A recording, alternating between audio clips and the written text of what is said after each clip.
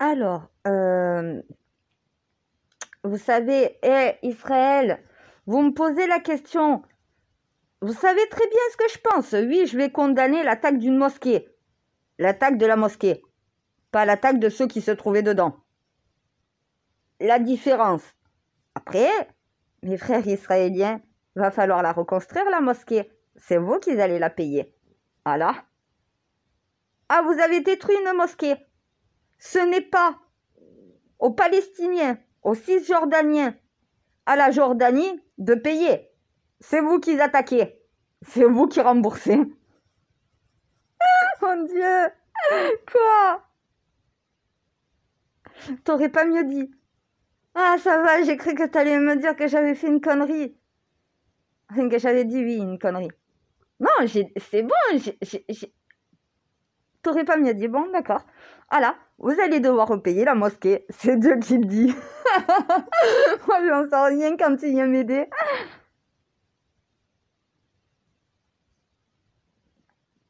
Je sais. Il y avait bien des terroristes dans cette mosquée. Il y avait bien un attentat qui était en train d'être prémédité.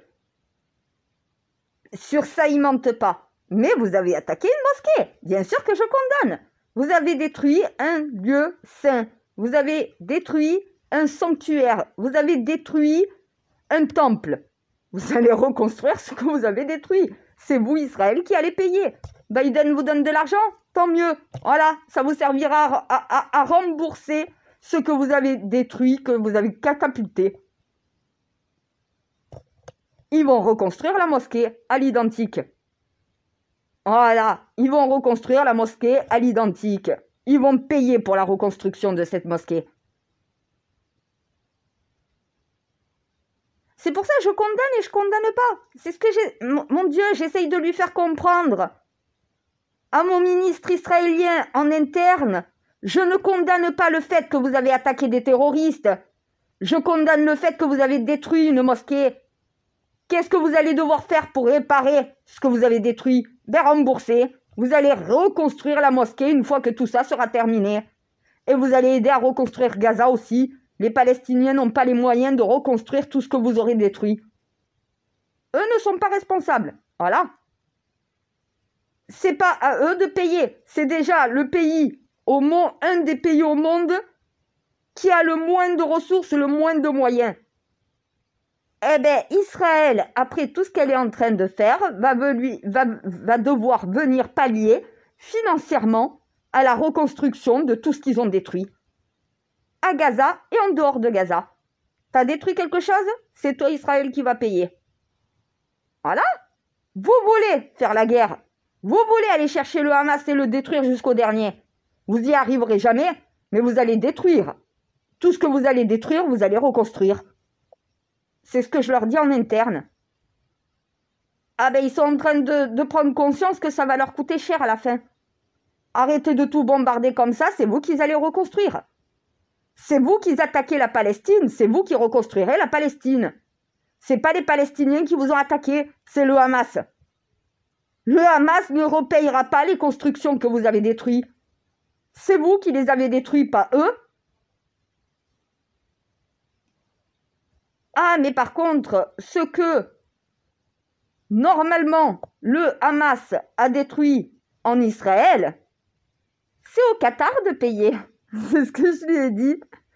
Ah, t'as voulu biberonner le Hamas?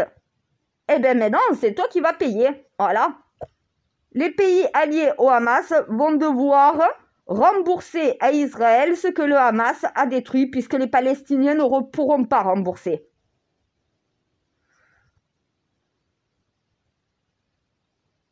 Non mais mon Dieu, ils me disent, est-ce que tu condamnes? Bien sûr que je condamne. Mais ça dépend de quoi. C'est pas la mort de 3 terroristes que je condamne. C'est la destruction d'une mosquée, d'une église, d'un temple. C'est comme si c'était ta propre synagogue qui venait de se faire détruire, espèce de juif de merde. Non mais ça c'est un juif de merde, je lui ai dit. T'es un juif de merde. Il y a plein de juifs dans le monde qui ont un cerveau, ils réfléchissent. Mais toi t'es un juif con, c'est pas possible. Heureusement qu'ils sont pas tous comme toi. Tu as détruit un temple. Tu as détruit une mosquée. Imagine, on détruisait ta synagogue. Qu'est-ce que ça te ferait? Tu vas devoir reconstruire ce que tu as détruit. Point final. C'est pas le fait que tu aies tué 3 terroristes qui me pose problème. C'est le fait que pour ça, tu as été obligé de détruire un temple. Un lieu saint. Tu t'es attaqué à un lieu saint pour détruire ce qui s'était passé à l'intérieur. Eh bien, tu vas reconstruire le lieu saint. Voilà. Tu as détruit. Mon Dieu, j'essaye de lui faire comprendre. Tu as des terroristes dans une mosquée. La mosquée est un lieu saint. C'est pas la faute de la mosquée si, au final, il y a des terroristes dedans. La mosquée ne peut pas mettre une barrière à un terroriste. C'est un lieu.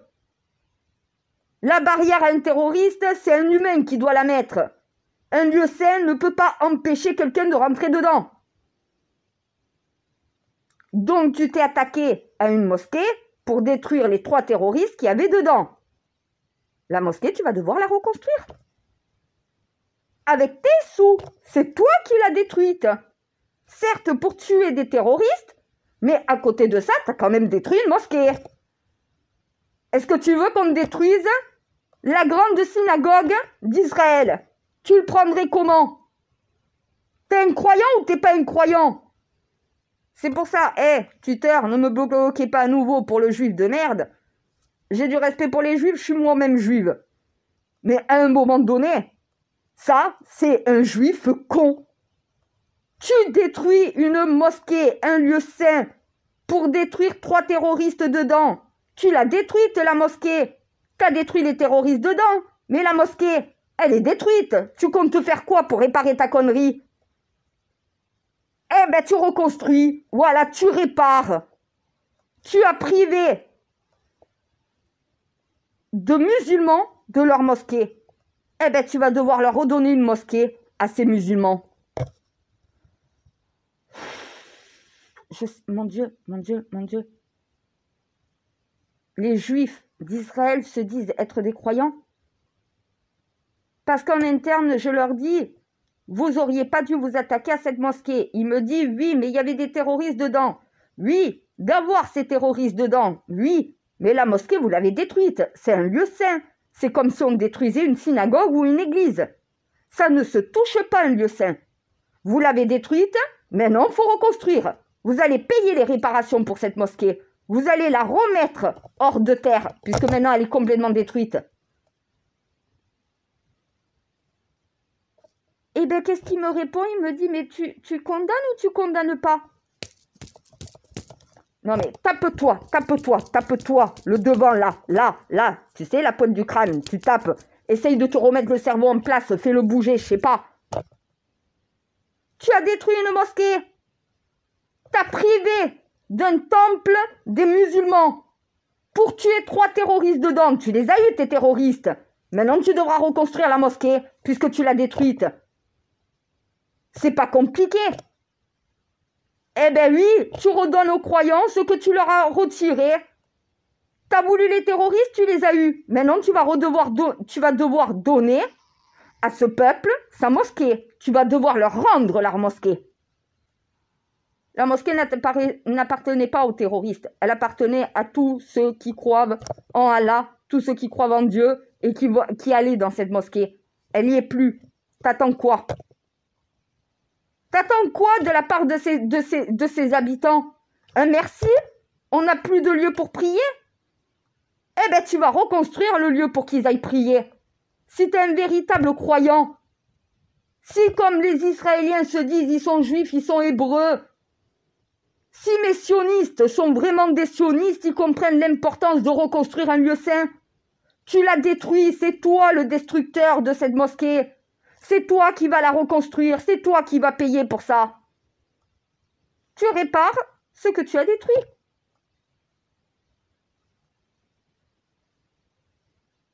Eh bien, il continue de me dire, mais tu condamnes ou pas? Il n'a pas compris que ce n'est pas l'attaque contre 3 terroristes que je condamne. C'est le fait que vous avez détruit une mosquée pour cela. La mosquée est détruite.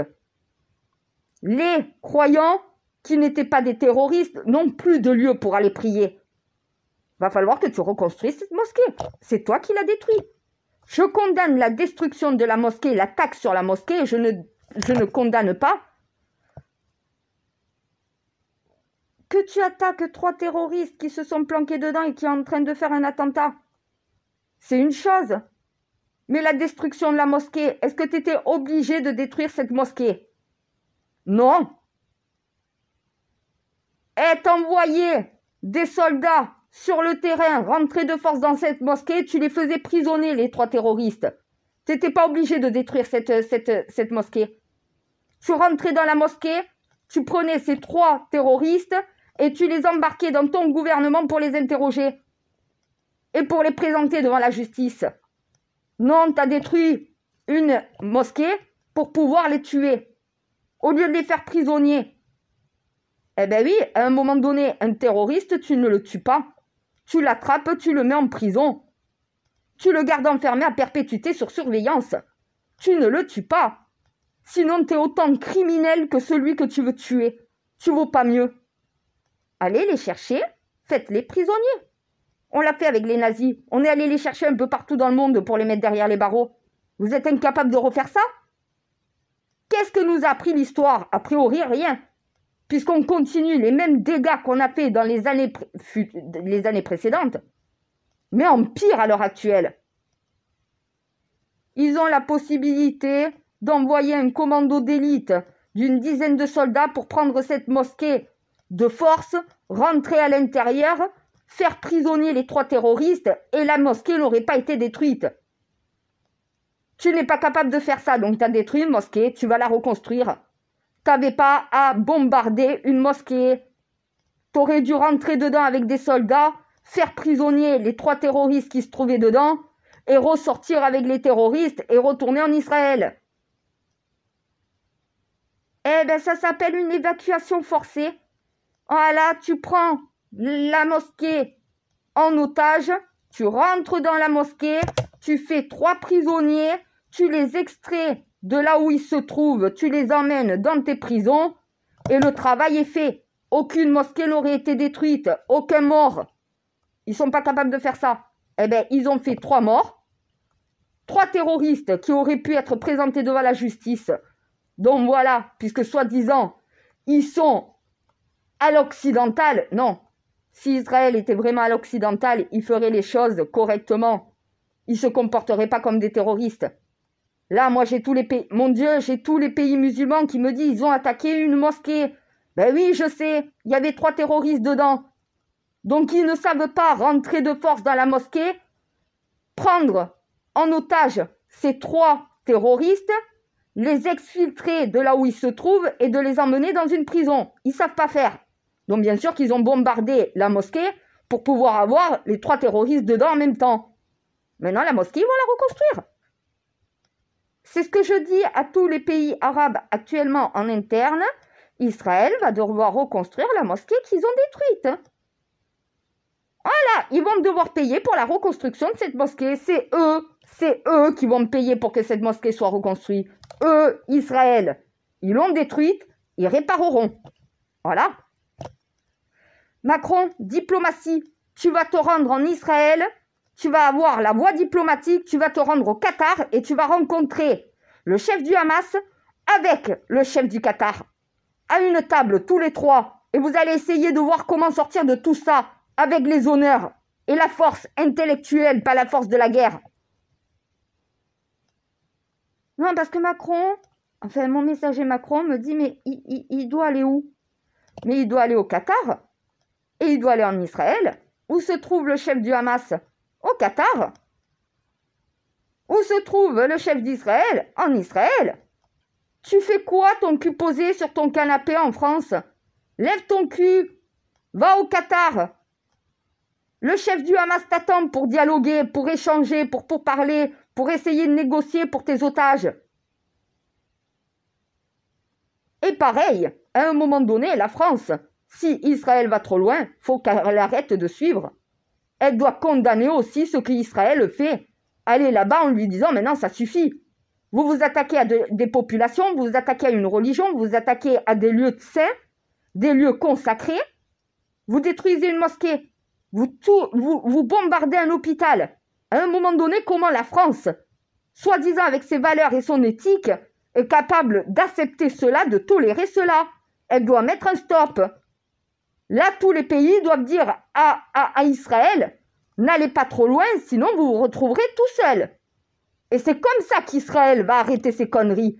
Parce que si elle se retrouve toute seule, elle est morte, Israël. Si elle n'a plus le soutien des Occidentaux, si elle n'a plus le soutien de personne, elle se retrouve dans une merde noire. Donc elle a plutôt intérêt à avoir ses alliés de son côté, plutôt que de s'opposer à eux. Donc Macron doit aller rappeler à Netanyahou que sans le soutien de la France, sans le soutien de l'Europe, sans le soutien des États-Unis, ils sont tout seuls. Avec tous les pays arabes contre eux, ils sont finis. Donc c'est à nous, la France, de mettre le haut là, de mettre les limites, les bases. Vu que Biden n'est pas capable de le faire, à Macron d'y aller pour le faire. Macron fait ce que Biden n'a pas su faire. Voilà. Mais des limites. Tu imposes les limites. Si Israël veut les franchir, elle se trouvera toute seule. Parce que Biden, c'est pas l'Union européenne. Toi, Macron, tu représentes l'Union européenne en te déplaçant. Biden représente l'OTAN. Si l'OTAN veut la guerre, nous, on veut l'arrêt de la guerre, les Européens. Donc, à un moment donné, vous attendez quoi, tous les chefs européens, pour aller en Israël et imposer un cessez-le-feu? Si vous ne vous bougez pas, si vous ne vous mettez pas tous contre cette guerre, si vous continuez de vouloir prendre parti pour les uns ou pour les autres, vous allez rentrer dans une 3e guerre mondiale. Je vous aurais mis en garde, je vous aurais averti. Ouais, c'est vrai, on dirait une hébreu, on dirait pas une arabe. On dirait vraiment une hébreu de Babel, moi.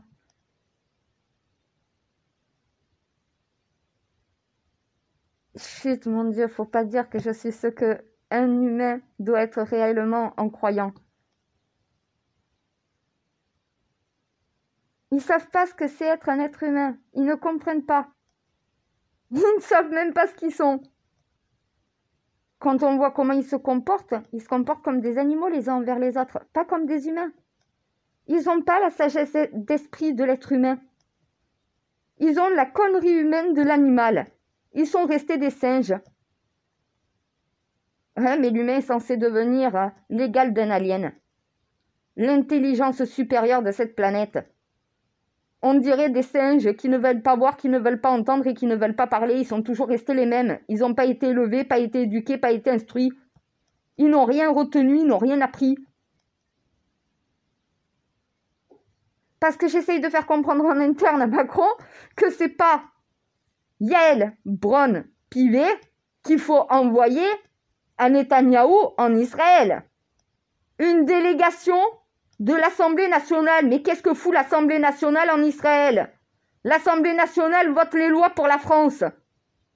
Elle ne s'occupe pas des pays étrangers, elle s'occupe uniquement de la France. Le Sénat et l'Assemblée, c'est pour la France. C'est pas pour les étrangers. Macron, normalement, doit se déplacer avec son Premier ministre, et soit son ministre de l'Intérieur, soit son ministre des Armées. À un moment donné, tu te déplaces dans une délégation de 3, mais c'est les représentants de l'État qui se déplacent. Et en Israël, comme au Qatar, comme à Gaza. Ah, mais moi, je rentre dans Gaza. Moi, à la place de Macron, je fais Israël, Palestine, Qatar. En 3 jours. Une journée dans chaque pays, avec la diplomatie. Je retourne en France, on est à la limite du pacte de paix. On n'en est pas loin. Oui, je sais, moi je suis compétente. Ils le sont pas, mais c'est ça le problème, quand il y a un manque de compétences dans ceux qui nous dirigent. Ils sont incompétents à nous diriger. Je suis obligée de dire à Macron, toi et 2 ministres, vous devez aller en Israël, vous allez devoir aller en Palestine, voir exactement ce qui se passe sur le terrain, aller à la frontière. Justement, ton déplacement, il y a un cessez-le-feu. Le Hamas laisserait faire.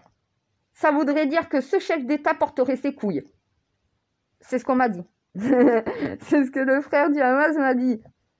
Il n'y en a aucun chef d'État du monde qui est capable de se rendre à Gaza à l'heure actuelle pour voir ce qui se passe sur le terrain. Nous, on sait qu'un chef d'État d'un autre pays vient, on ne fera aucun attentat, on ne fera rien. Il vient dans le pays voir exactement ce qui se passe. Il porte ses couilles, il se déplace, il vient sur le territoire de guerre. Ça, c'est un bonhomme, ça, on le respecte. Eh bien, le Hamas sait très bien que moi, je ferais ça. Et ils m'ont dit, t'as plus de valeur, t'as plus de couilles que n'importe quel homme sur cette planète. Aucun chef d'État n'a autant de couilles que toi. Tu serais à la place de Macron, tu serais déjà à Gaza. Eh bien oui, moi j'irais directement en plein milieu de la guerre.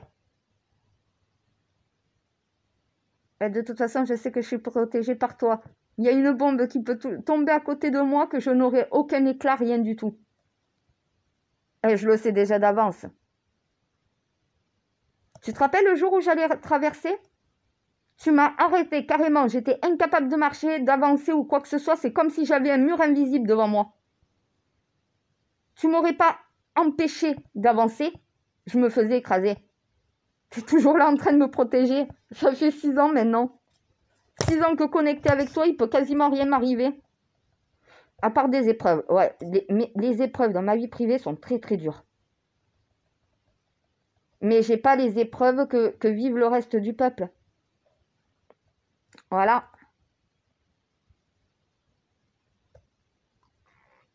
Mais le chef du Hamas me dit, mais Macron, s'il vient jusqu'au Qatar pour parler avec moi, je le reçois. C'est que Macron n'a pas de couilles en vrai. Il sait faire le coq, mais il sait pas faire cocorico. Il sait bomber le torse comme un coq, mais il sait pas faire cocorico. Il n'y a rien qui sort de sa bouche. Voilà, il n'y a pas de son. T'es censé être la voix de la diplomatie française dans le monde. Le pays des lumières. Macron, t'as pas la lumière à tous les étages. Change l'ampoule, il fait noir chez toi. Allume, mets la lumière. Retrouve l'Eureka, j'ai trouvé. Déplace-toi, va dialoguer.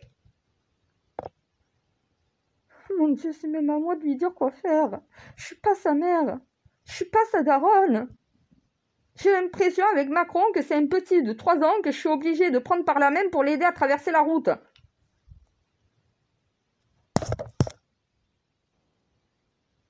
Et parce qu'il n'a jamais été formé à être un chef d'État. Ils ne sont pas formés pour ça. Il n'y a aucune formation pour être un véritable représentant d'une nation. Ils ne sont pas formés. Ce n'est pas ton expérience politique qui va faire de toi le chef d'État que tu vas être. C'est ce que tu as là-dedans. Qu'est-ce que tu as là-dedans? Qu'est-ce que ta conscience te dit, Macron? Comment tu peux rester dans ton bureau présidentiel alors que tu as des otages français que la diplomatie pourrait faire libérer? Non, mais en interne, je lui dis, 2 Américains ont été relâchés. Comment je suis arrivée avec mon frère du Qatar à réussir cela, à ton avis? Est-ce que j'ai des réserves d'argent illimitées? Est-ce que j'ai accès à l'armement français pour pouvoir le donner au Hamas? J'ai utilisé rien de financier. Rien qui permet de faire la guerre. Juste ce qu'il y a là, ce qu'il y a là. Ils ne savent pas faire. Ils ne savent pas faire.